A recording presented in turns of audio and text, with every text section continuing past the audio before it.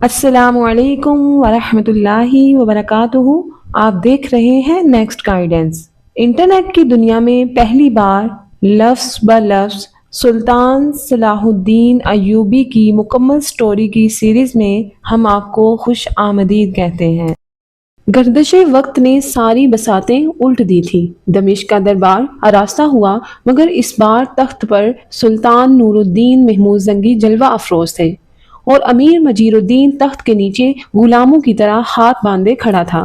حاضرین دربار بڑی بے چینی کے ساتھ اس بات کے منتظر تھے کہ سلطان عادل والی دمشق کی قسمت کا کیا فیصلہ کرتے ہیں۔ سلطان نور الدین محمود زنگی نے امیر مجید الدین کی طرف ناپسندیدہ نظروں سے دیکھا اور انتہائی پرجلال لہجے میں مخاطب ہوئے۔ تم نے اپنی آنکھوں سے دیکھ لیا کہ اللہ کی مدد کے سوا کسی کی تائید کام نہیں آتی۔ صدحیف تم نے ان لوگوں سے معاہدہ کیا جو اسلام دشمنی میں سرفہرست ہیں اور جن کے بارے میں حق تعالیٰ کا کھلا ہوا حکم نازل ہو چکا کہ یہود و نصارہ اہل ایمان کے دوست ہو ہی نہیں سکتے۔ میں اپنی اس غلطی اور کوتاہی پر نادم ہوں۔ امیر مجید الدین نے سر جھکائے ہوئے کہا، اسے غلطی اور کوتاہی کا نام نہیں دیا جا سکتا۔ سلطان نور الدین محمود زنگی کی آواز کچھ اور بلند ہو گئی تھی۔ یہ اسلام کے خلاف کھلی ہوئی بغاوت تھی۔ میں نے تمہیں بار بار موقع دیا کہ اس گناہ عظیم کے تائب ہو جاؤ، مگر تم نے میرے خط اور سفیر کے ساتھ وہ سلوک کیا جو برے سے برا کافر حکمراں بھی روا نہیں رکھے گا۔ سلطان نور الدین محمود زنگی کا بگڑا ہوا لہجہ دیکھ کر امیر مجید الدین بدحواس ہو گیا۔ سلطان مجھے میری زندگی کی ضمانت دے چکے ہیں۔ والی دمشق کی آواز خوف سے لرز رہی تھی اور اس کے دل میں یہ خدشہ پیدا ہو گیا تھا کہ سلطان نور الدین محمود زنگی اپنے وعدے سے منحرف ہو جائیں گے، اور اس انحراف کا ایک ہی مفہوم ہے کہ اسے قتل کر دیا جائے گا یا اس کی پوری زندگی پس دیوار زندہ گزرے گی۔ میں آج بھی اپنے وعدے پر قائم ہوں اور بفضل تعالیٰ آخری سانس تک قائم رہوں گا۔ سلطان نور الدین محمود زنگی نے باوقار لہجے میں کہا، مگر ابھی انصاف باقی ہے۔ پورے دربار پر سناٹا چھا گیا۔ امیر مجید الدین کے چہرے پر وحشت برسنے لگی۔ میں تمہارے تمام تر گستاخانہ کلمات معاف کرتا ہوں جو تم نے میرے بارے میں ادا کیے۔ سلطان نور الدین محمود کے لہجے سے ضبط و تحمل کا اظہار ہو رہا تھا، مگر تم نے میرے سفیر کے ساتھ جو غیر اسلامی اور بے رحمانہ سلوک کیا، اس کا حساب بھی صاف ہونا ضروری ہے۔ یہ کہہ کر سلطان نور الدین زنگی نے قاصد حمید الدین کی طرف اشارہ کیا جو امراء کی اگلی قطار میں بیٹھا تھا۔ سلطان کا اشارہ پاتے ہی قاصد حمید الدین اپنی جگہ سے اٹھا اور تخت کے قریب آ کر کھڑا ہو گیا۔ حاضرین دربار تصویر حیرت بنے ہوئے دیکھ رہے تھے کہ سلطان عادل کیا فیصلہ صادر کریں گے اور یہ حساب کس طرح برابر ہوگا۔ سلطان نور الدین محمود زنگی نے قاصد حمید الدین سے مخاطب ہوتے ہوئے کہا، اللہ کا قانون انصاف یہ ہے کہ آنکھ کے بدلے آنکھ اور جان کے بدلے جان۔ جتنی اذیت تمہیں پہنچائی گئی ہے اتنی ہی اذیت تم بھی پہنچا سکتے ہو، یہ عدل ہے، اور اگر معاف کر دو تو اس کا اجر حق تعالیٰ کے پاس ہے، اسے احسان کہتے ہیں، اور احسان کا بدلہ سوائے احسان کے کچھ نہیں ہے۔ ابھی سلطان عادل کے الفاظ کی گونج باقی تھی کہ اہل دربار نے امیر مجید الدین کی طرف دیکھا۔ اس کے چہرے پر وحشت برسنے لگی تھی۔ سلطان نور الدین زنگی کے فیصلے کا کھلا ہوا مفہوم یہی تھا کہ قاصد حمید الدین امیر مجید الدین سے اپنا بدلہ لے اور والی دمشق کے چہرے پر اتنا گہرا زخم لگائے جتنا کہ خود اس کے چہرے پر موجود تھا۔ قاصد حمید الدین نے ایک نظر امیر مجید الدین کی طرف دیکھا اور سلطان نور الدین زنگی سے مخاطب ہو کر عرض کرنے لگا، سلطان عادل، جب آپ نے امیر مجید الدین کی جاں بخشی کا وعدہ کر لیا تو پھر میں بھی اپنے اوپر کی جانے والی زیادتی کو معاف کرتا ہوں۔ والی دمشق کے لیے یہ سزا کیا کم ہے کہ وہ اسیری کی حالت میں سر دربار کھڑے ہیں اور بار بار آپ سے رحم کی درخواست کر رہے ہیں۔ حمید الدین کے اس جواب سے سلطان نور الدین زنگی بہت خوش ہوئے۔ پھر 3 افراد کو اپنے ہاتھ سے خلعتیں پہنائیں۔ ان میں اسد الدین شیر کوہ، یوسف صلاح الدین اور قاصد حمید الدین شامل تھے۔ اس کے بعد امیر مجید الدین کو حمص کی جاگیر دے کر ہمیشہ کے لیے دمشق سے رخصت کر دیا۔ سلطان نور الدین محمود زنگی یوسف صلاح الدین کی بہادری اور ذہانت سے اس قدر متاثر ہوئے کہ اسے دمشق کا کوتوال مقرر کر کے حلب چلے گئے۔ دمشق پر سلطان نور الدین محمود زنگی کا قبضہ اس دور کا اہم ترین واقعہ تھا۔ اس فتح کے بعد زنگی خاندان کی سلطنت موصل سے حیران کی طرف وسیع ہو گئی اور یروشلم تک آگے بڑھنے کے لیے راستہ صاف ہو گیا۔ سلطان نور الدین محمود زنگی کی اس عظیم الشان کامیابی پر خلیفہ بغداد کو اتنی مسرت ہوئی کہ اس نے سلطان کو الملک العادل کا خطاب دیا اور والی شام کی خدمت میں پرجوش مبارکباد کے ساتھ قیمتی تحائف بھی بھیجے۔ امیر مجید الدین کی شکست کی خبر سن کر شاہ یروشلم بہت اداس ہو گیا۔ پھر ایک دن اپنے رازدار مشیروں کو خلوت میں طلب کر کے کہنے لگا، یسوع مسیح ہم پر رحم کرے، مجھے ایسا لگتا ہے کہ آنے والا زمانہ صلیبیوں کے لیے بہت سخت ہوگا۔ قاضی ابن ارسون بھی اپنے شاگرد کی اس کامیابی پر بہت خوش تھے۔ پھر جب یہ خبر شاریہ کے کانوں تک پہنچی تو وہ جوش و جذبات میں وارفتہ ہو کر کہنے لگی، یوسف یہ تو بہت چھوٹی کامیابی ہے، اللہ ہی جانتا ہے کہ میری گناہگار آنکھیں کیسے کیسے مناظر دیکھ رہی ہیں، ہر طرف تم ہی تم ہو اور ساری بلندیاں تمہارے قدموں میں جھکی ہوئی ہیں۔ یہ کہتے کہتے یکا یک شاریہ اداس ہو گئی، پھر خود کلامی کے انداز میں بولی، مگر میں تمہیں کیسے دیکھوں، تم تو مجھ سے بہت دور چلے گئے۔ اذیت و کرب کی شدت سے شاریہ کا زرد چہرہ اور پیلا ہو گیا۔ اس وقت ابو سالم حمام دمشق کا دیوان تھا۔ یوسف صلاح الدین نے کوتوال ہوتے ہی خاموشی سے شہر کی صورتحال کا جائزہ لینا شروع کر دیا۔ اس نے نہایت رازداری کے ساتھ چند معتبر لوگوں کو اپنا نائب مقرر کیا۔ یہ تمام افراد بہت معمولی لباسوں میں کوچہ بکوچہ گھومتے رہتے تھے۔ انہیں دیکھ کر کوئی شخص گمان بھی نہیں کر سکتا تھا کہ یہ لوگ سرکاری عہدوں پر فائز ہیں اور مقامی باشندوں کی حرکات کی نگرانی کر رہے ہیں۔ دراصل یہ تمام یوسف صلاح الدین کے جاسوس تھے، جنہیں اس کام کے لیے متعین کیا گیا تھا کہ عام لوگوں سے ملاقات کریں اور نئی انتظامیہ کی کارکردگی کے بارے میں پوچھتے رہیں کہ اس سے مطمئن ہے یا ناخوش۔ خود یوسف صلاح الدین بھی معمولی کپڑوں میں حلیہ بدل کر دمشق کی گلیوں میں گھومتا رہتا تھا اور رات کو گھوڑے پر سوار ہو کر غریبوں کے محلوں کی گشت کیا کرتا تھا اور ہنگامی وقت میں نادار اور مجبور انسانوں کی بھی مدد کیا کرتا تھا۔ ایک رات یوسف صلاح الدین حسب معمول گشت پر تھا کہ ایک گھر کے دروازے پر کچھ لوگ کھڑے نظر آئے۔ انہی کے درمیان سے کچھ دلدوز چیخیں ابھر رہی تھیں، جیسے کوئی انتہائی دردناک لہجے میں ماتم یا فریاد کر رہا ہو۔ فاصلہ ذرا زیادہ ہونے کے باعث چیخوں کا مفہوم سمجھ میں نہیں آ رہا تھا کہ رونے والے کیا کہہ رہے ہیں۔ یوسف صلاح الدین نے گھوڑے کی رفتار تیز کر دی اور چند لمحوں میں اس مکان کے قریب پہنچ گیا جہاں کچھ لوگ جمع تھے۔ یوسف صلاح الدین نے سنا کہ ایک بوڑھا مرد اور ایک بوڑھی عورت بین کرنے کے انداز میں چیخ رہے ہیں، سلطان، ہم نے تیرے آنے کی کتنی دعائیں مانگی تھی، مگر تیرے آنے سے بھی کیا ہوا؟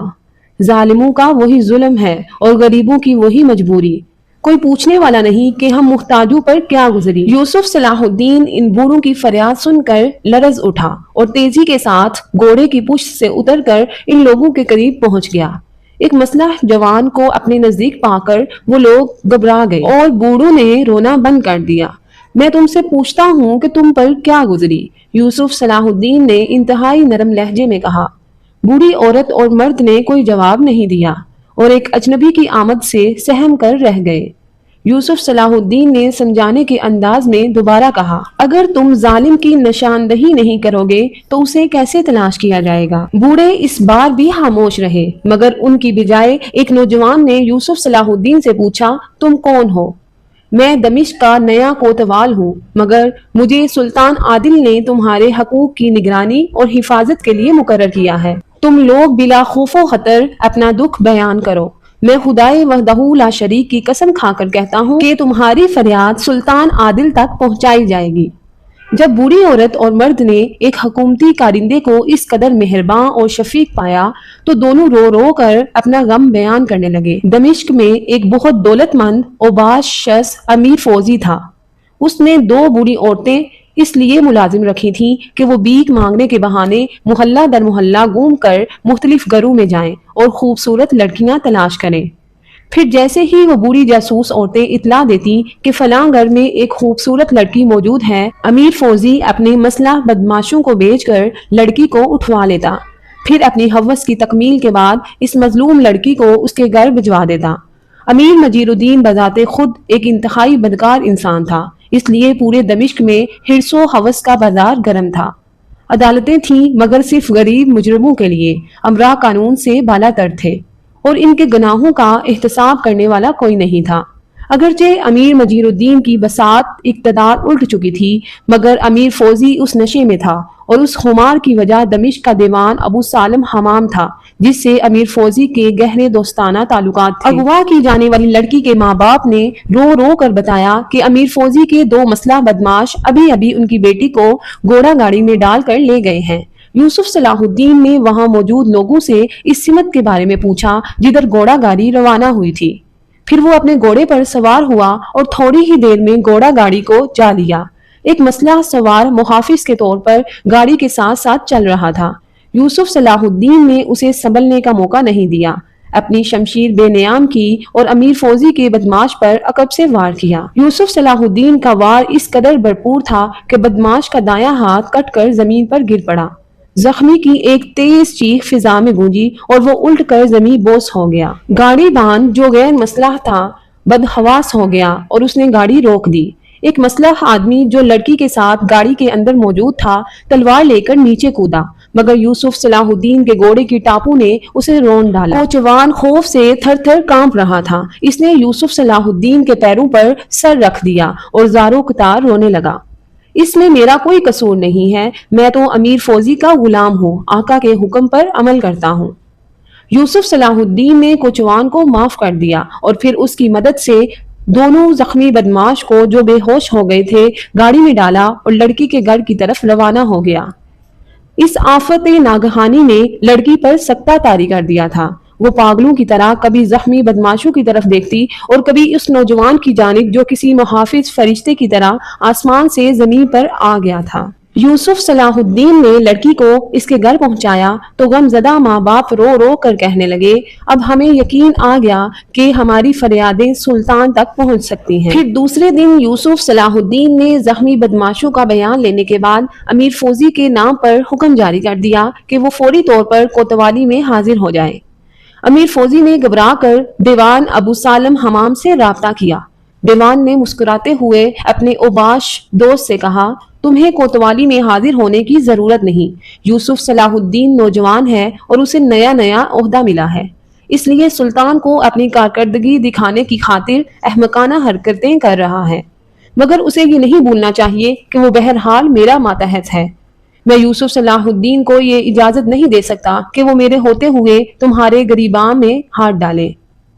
امیر فوزی مطمئن ہو کر اپنے گھر چلا گیا۔ ایک بددیانت افسر ایک بدکار امیر کو پناہ دے چکا تھا۔ جب امیر فوزی یوسف صلاح الدین کے مطابق کوتوال میں حاضر نہیں ہوا تو اس نے چند سپاہیوں کو حکم دیا کہ وہ امیر فوزی کو گرفتار کر کے کوتوالی میں حاضر کرے۔ سپاہی یوسف کے حکم کی تعمیل میں کوتوالی سے روانہ ہونے ہی والے تھے کہ دیوان ابو سالم کمرے میں داخل ہوا اور سخت لہجے میں یوسف کو مخاطب کرتے ہوئے بولا، آخر تم نے کس جرم کی بنیاد پر دمشق کے ایک معزز ترین شہری کی گرفتاری کا حکم جاری کر دیا؟ یوسف صلاح الدین نے واقعے کی پوری تفصیل بیان کی تو دیوان ابو سالم نے اسے بری طرح جھڑک دیا، دونوں گواہ جھوٹے ہیں، میں امیر فوزی کو خوب جانتا ہوں، وہ ایسی شرمناک حرکت نہیں کر سکتا۔ پھر جب یوسف صلاح الدین نے امیر فوزی کے دونوں زخمی کارندوں اور کوچوان کو دیوان ابو سالم کے سامنے پیش کیا تو وہ تینوں اپنے بیانات سے مکر گئے اور انتہائی بے باکی کے ساتھ کہنے لگے، ہم کسی امیر فوزی کو نہیں جانتے، ہم تینوں دوست ہیں، 4 دن پہلے رات کے وقت ہم اپنے گھروں کو واپس جا رہے تھے کہ اچانک پیچھے سے کسی نے ہم پر حملہ کر دیا، ہم دونوں بری طرح زخمی ہو کر زمین پر گر پڑے، ایک دوست حملہ آور کی تلوار سے محفوظ رہا۔ یوسف صلاح الدین بڑے ضبط و تحمل کے ساتھ اس جھوٹی داستان کو سن رہا تھا۔ پھر کوچوان نے اپنا بیان جاری رکھتے ہوئے کہا، حملہ آور فرار ہو گیا اور پھر یکا یک کوتوال صاحب آ پہنچے اور ہمیں سیدھے کوتوالی میں لے آئے، ہماری مرہم پٹی کی اور پھر ہم سے کہا کہ امیر فوزی کے خلاف گواہی دیں، مجبوراً ہمیں ایسا ہی کرنا پڑا ورنہ خود ہماری جانیں خطرے میں تھی۔ یوسف صلاح الدین ابو سالم حمام کی چال کو سمجھ گیا تھا کہ اس نے اپنے اثرات کو استعمال کر کے تینوں مجرموں کو بیانات بدلنے پر آمادہ کر لیا تھا۔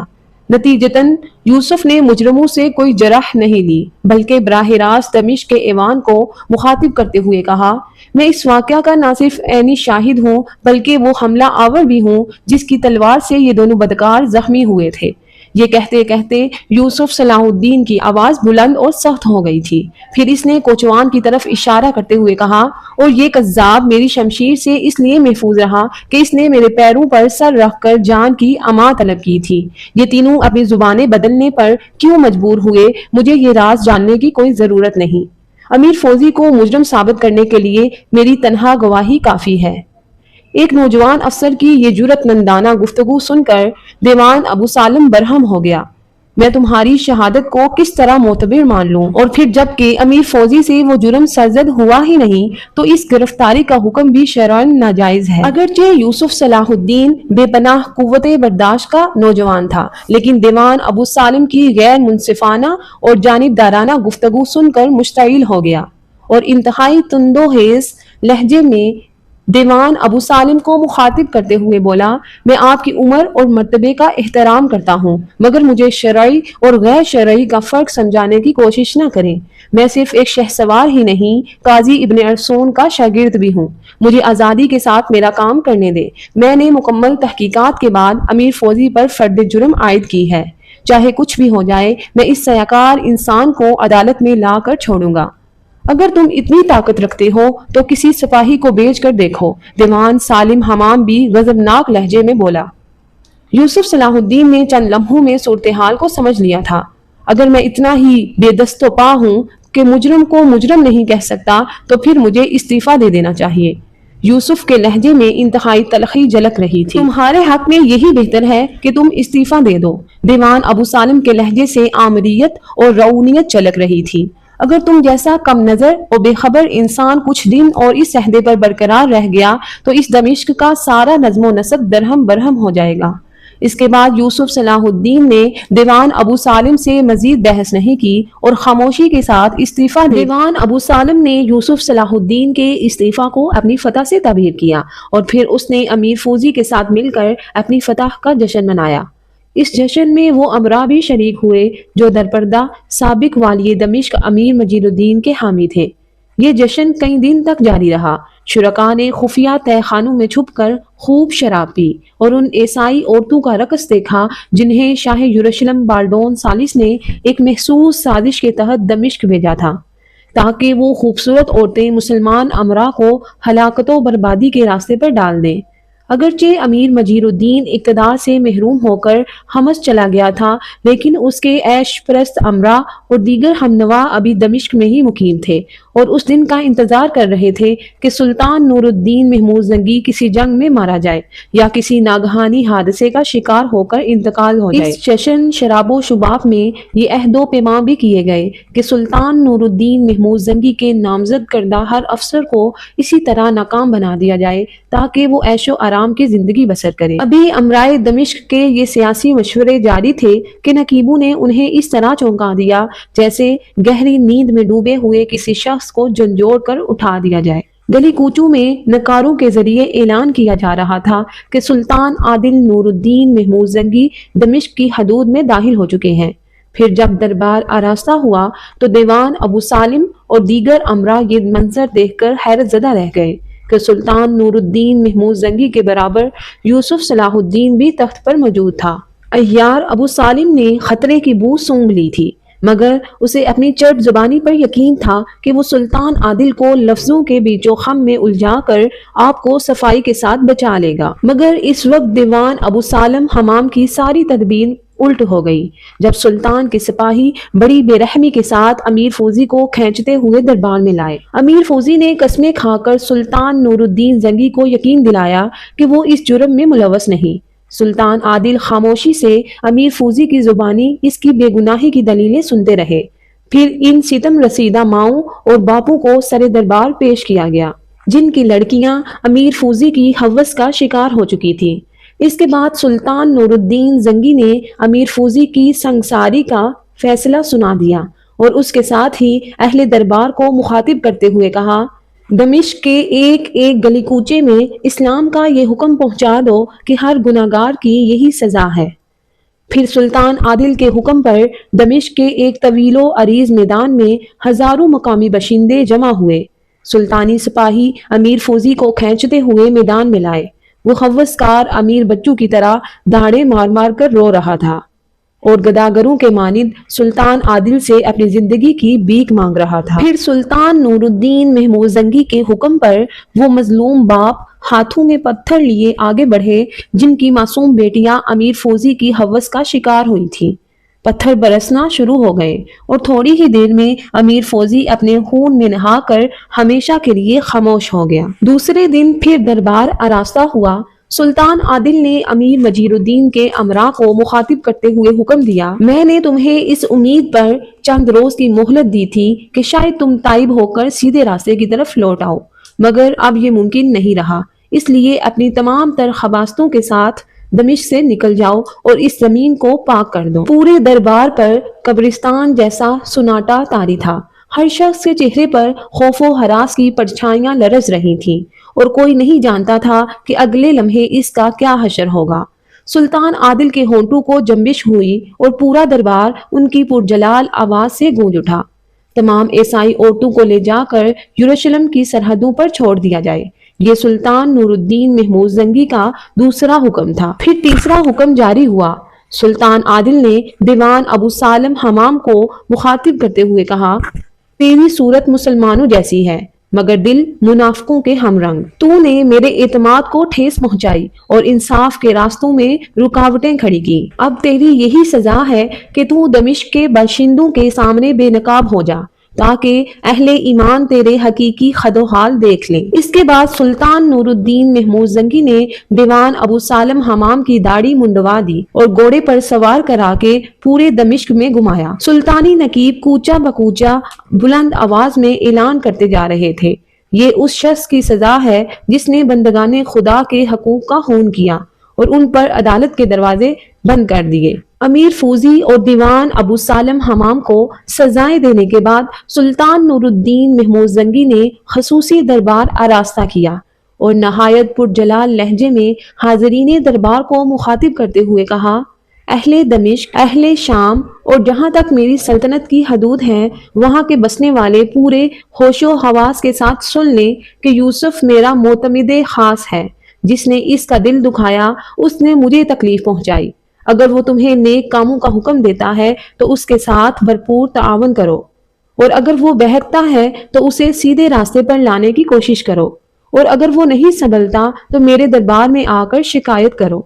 تمہیں روکنے والا کوئی نہیں اور جو تمہارے راستے کی دیوار بنے گا اس کا حشر دیوان ابو سالم سے زیادہ مختلف نہیں ہوگا۔ اب وہ بولیں گے جن کو ماضی کے نظام جبر نے گونگا بنا دیا تھا۔ سلطان عادل کی تقریر نے اہل دربار پر سکتہ طاری کر دیا تھا۔ پھر درباری شاعر ہر قلعہ کھڑا ہوا اور اس نے یوسف صلاح الدین کی شان میں یہ اشعار پڑھے، اے شام کے چورو اپنی حرکات سے باز آ جاؤ، میں تمہیں نصیحت کرتا ہوں کہ پیغمبر کے ہم نام یوسف سے اپنی جانوں کو بچاؤ۔ وہ یوسف علیہ السلام عورتوں کے ہاتھ کاٹنے والے تھے اور یہ یوسف مردوں کے ہاتھ کاٹنے والا ہے۔ سلطان عادل کے درباری شاعر ہرقلہ نے اپنے اشعار میں قرآن کریم کے اس واقعے کی طرف اشارہ کیا تھا جس میں زلیخا کی ساتھی عورتوں نے حضرت یوسف علیہ السلام کا حسن و جمال دیکھ کر لیموں کاٹنے کی بجائے اپنے ہاتھ کاٹ لیے تھے۔ دمشق کا نظم و نسق درست کرنے کے بعد سلطان نور الدین محمود زنگی واپس حلب چلے گئے۔ پھر اسی زمانے میں سلطان عادل نے سرکار دو عالم صلی اللہ علیہ وآلہ وسلم کو خواب میں دیکھا۔ سلطان نور الدین زنگی بظاہر ایک مجاہد اور جنگجو حکمران تھے مگر در پردہ وہ ایک نہایت عابد و زاہد انسان تھے۔ عام مسلمانوں کی طرح وہ پانچوں وقت باجماعت نماز ادا کرتے، رمضان المبارک کے پورے روزے رکھتے، لیکن سلطان عادل کا ایک پوشیدہ عمل یہ بھی تھا کہ وہ ہر رات سرور کونین صلی اللہ علیہ وآلہ وسلم پر بڑے پرسوز لہجے میں درود و سلام بھیجتے، یہاں تک کہ ان کی آنکھوں سے آنسو جاری ہو جاتے اور پھر وہ اسی حالت میں سو جاتے۔ ہر اہل ایمان کی طرح سلطان نور الدین محمود زنگی کی بھی ایک ہی خواہش تھی کہ کسی دن خواب میں رسالت مآب صلی اللہ علیہ وآلہ وسلم انہیں بھی اپنے دیدار سے مشرف فرمائیں۔ سلطان عادل کا یہ عمل برسوں سے جاری تھا مگر ابھی تک ان کی یہ آرزو پوری نہیں ہوئی تھی۔ پھر 557 ہجری کی ایک رات جب وہ سوئے تو دیدار مصطفیٰ صلی اللہ علیہ وآلہ وسلم سے ان کی تشنہ آرزو سیراب ہو گئی۔ سرور کونین صلی اللہ علیہ وآلہ وسلم والی شام کو مخاطب کر کے فرما رہے تھے، نور الدین، یہ دونوں آدمی مجھے ستا رہے ہیں، جلدی اٹھو اور ان کے شر کا خاتمہ کرو۔ سرکار دو عالم صلی اللہ علیہ وآلہ وسلم کی زیارت کے بعد سلطان نور الدین محمود زنگی کو دو نورانی چہرے نظر آئے۔ ان دونوں کی بڑی بڑی داڑیاں تھیں اور رنگ بہت زیادہ گورا تھا۔ پھر وہ دونوں نورانی چہرے بھی غائب ہو گئے۔ سلطان نور الدین محمود زنگی کی آنکھ کھل گئی اور وہ گھبرا کر اٹھ گئے۔ بہت ہی عجیب خواب تھا۔ ایک طرف حضور اکرم صلی اللہ علیہ وآلہ وسلم نے سلطان عادل کو اپنی زیارت سے شرف یاب کیا تھا اور شکایتاً یہ بھی فرمایا تھا کہ دو آدمی آپ صلی اللہ علیہ وآلہ وسلم کو ستا رہے ہیں۔ سلطان نور الدین زنگی اس خواب کی تعبیر سمجھنے سے قاصر رہے۔ پھر ان پر وحشت سے طاری ہو گئی اور وہ رو رو کر رات بھر توبہ استغفار کرتے رہے، یہاں تک کہ فجر کی اذان ہو گئی۔ پھر سلطان نور الدین محمود زنگی نے نماز ادا کی، کچھ دیر تک حسب معمول قرآن مجید کی تلاوت کرتے رہے اور اس کے بعد دربار آراستہ کیا۔ یہ وہ زمانہ تھا جب سلطان عادل دمشق میں مقیم تھے۔ امرائے دربار نے بڑی حیرت سے سلطان عادل کی طرف دیکھا، وہ خلاف توقع بجھے بجھے نظر آ رہے تھے۔ حاضرین دربار نے سلطان کی اس کیفیت کو طبیعت کی ناسازی پر محمول کیا۔ پھر تھوڑی ہی دیر بعد سلطان عادل کے سامنے ایک اور اہم مقدمہ پیش کیا گیا۔ والی شام کچھ دیر تک دونوں فریقین کے بیانات سنتے رہے، لیکن امرا نے محسوس کر لیا کہ سلطان عادل ذہنی طور پر دربار میں موجود نہیں ہے اور وہ مقدمے کی سماعت کے دوران کہیں کھو سے جاتے ہیں۔ پھر یکا یک سلطان عادل خود ہی اٹھے اور امرائے دربار سے مخاطب ہوتے ہوئے بولے، اس وقت ہمارا ذہن حاضر نہیں ہے، یہ مقدمہ پھر کسی دن پیش کیا جائے۔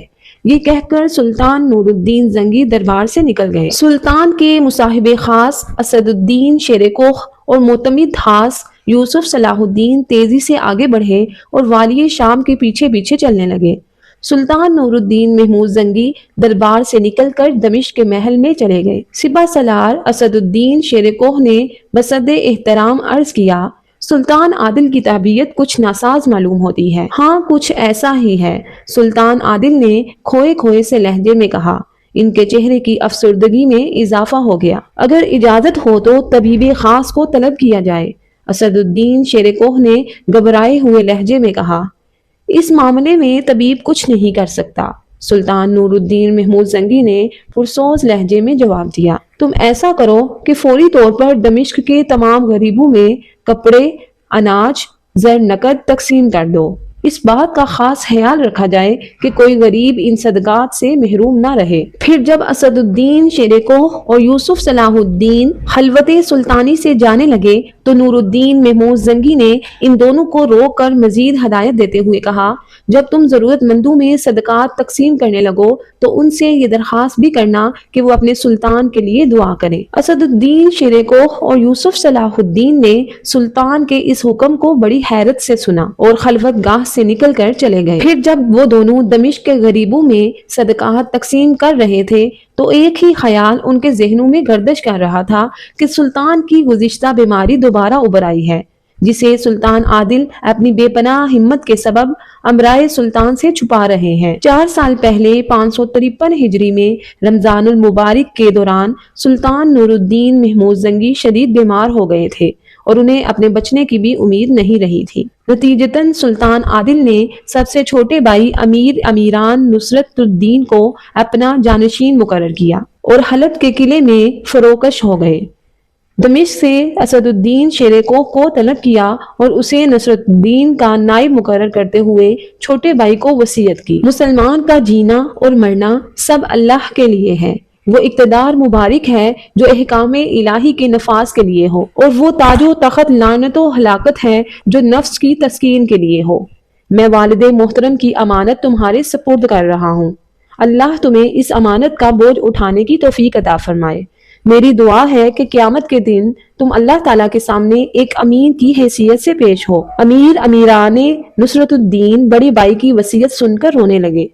پھر سلطان عادل نے نصرت الدین کو آخری ہدایت دیتے ہوئے کہا، تم اسد الدین شیر کوہ کو اپنا دایاں اور یوسف کو اپنا بایاں بازو سمجھنا، یہ دونوں میرے معتمد خاص ہیں، میں انہیں بارہا آزما چکا ہوں، ان کی ذہانت اور جنگی صلاحیتوں پر اعتبار کرنا، اللہ تمہیں ہر آزمائش میں ثابت قدم رہے۔ یہ کہتے کہتے سلطان نور الدین محمود زنگی بے ہوش ہو گئے۔ نصرت الدین کچھ دن تک بڑے بھائی کی نصیحت پر کاربند رہا، پھر اس کے نفس نے سرکشی اختیار کی اور وہ پوری سلطنت شام پر قبضہ کر کے اپنی خود مختاری کے منصوبے بنانے لگا۔ سلطان نور الدین زنگی کا چھوٹا بھائی نصرت الدین ایک دنیا دار نوجوان تھا۔ چند سازشی امراء نے خود مختار حکمرانی اور عیش کوشی کے ایسے خواب دکھائے کہ نصرت الدین ان کے فریب میں آ گیا۔ ان امراء میں امین الدین، ابو القاسم، سعد الدین عثمان، حاکم قلعہ اور حاجب محمد بن جعفری پیش تھے۔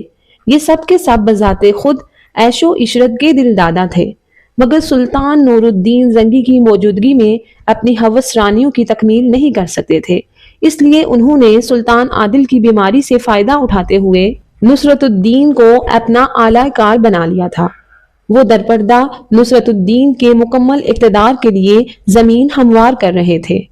اتفاق سے ان لوگوں کا ایک جاسوس گورنر حلب کے سپاہیوں نے پکڑ لیا۔ پھر جب اس کی تلاشی لی گئی تو اس کے سامان سے ایک خط برآمد ہوا جس میں سازشی امراء نے امیران نصرت الدین کو دمشق پر قبضہ کرنے کی ترغیب دی تھی۔ گورنر حلب نے ایک لمحہ ضائع کیے بغیر وہ خط سلطان نور الدین زنگی کی خدمت میں پیش دیا۔